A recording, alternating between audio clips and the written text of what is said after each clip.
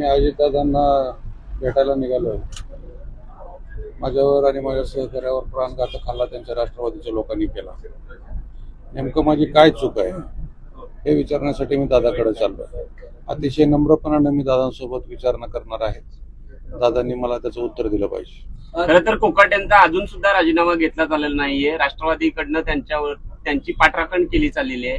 एवढा सगळा घटनाक्रम घडून सुद्धा जागोजागी आंदोलनं होत आहेत. याची दखल राष्ट्रवादीला घ्यावीशी वाटत नाहीये. काय तुम्ही नेमकं म्हणणं मांडणार? शेतकऱ्यांची बाजू ऐकून घेतलीच पाहिजे. शेतकरी आज महाराष्ट्रातला खवळून उठलेला आहे. कृषी मंत्री पद हे मुख्यमंत्री पदापेक्षा श्रेष्ठ पद आहे. जगाचा पोशिंदा असलेला शेतकरी आणि त्या खात्याचं मंत्रीपद ज्या व्यक्तीकडे असतं तो किती संवेदनशील असला पाहिजे. त्याला त्याची गरिमा माहीतच नाही. सभागृहात पत्ते कधी खेळतो, बाहेर मीडियाला बोलताना म्हणतो शेतकरी हरामी शेतकरी आहे. ढेकळाचे पंचनामे करू का?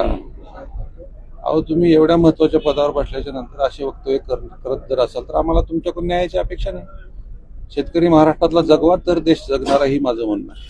अजित पवारांना भेटायला जात असताना आपल्याला पोलिसांनी जे आहे ते अडवणूक केलेली आहे.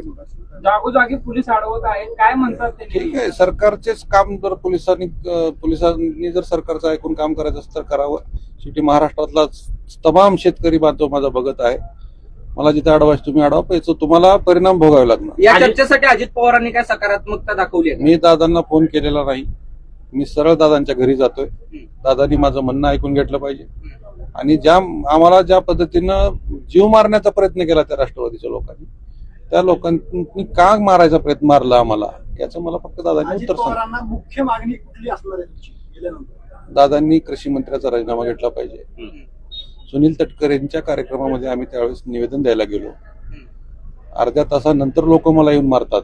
हा कट सुनील तटकरेंनी रचलेला आहे. प्रदेशाध्यक्षाच्या सांगण्यावर तो कोण त्यांचा गुंडा आहे चव्हाण नावाचा, त्यांनी येऊन 30-40 टोळक्याने येऊन मला मारहाण केली. अशी मारहाण केली की माझा जीवही गेला असता त्याच्यात. आणि पोलिसांनी त्याच्यात किरकोळ कारवाई केली. किरकोळ पहाटे 3 वाजता तो चव्हाण येतो तिथं आणि त्यानंतर तिथे येऊन अर्ध्या तास 15-20 मिनिटात त्याला सोडून दिलं जातं. कुठला न्याय आहे? शेतकऱ्यांची पोरं मारायची आहेत का तुम्हाला?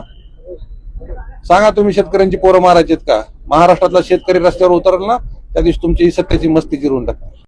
घ्या परदेशात भरारी, तेही सर्वसामान्यांना परवडणारी. 1 रुपया भरा आणि थायलंड मध्ये फिरा. सचिन इंटरनॅशनल घेऊन आले आहेत जगातली सर्वात स्वस्त परदेश टूर.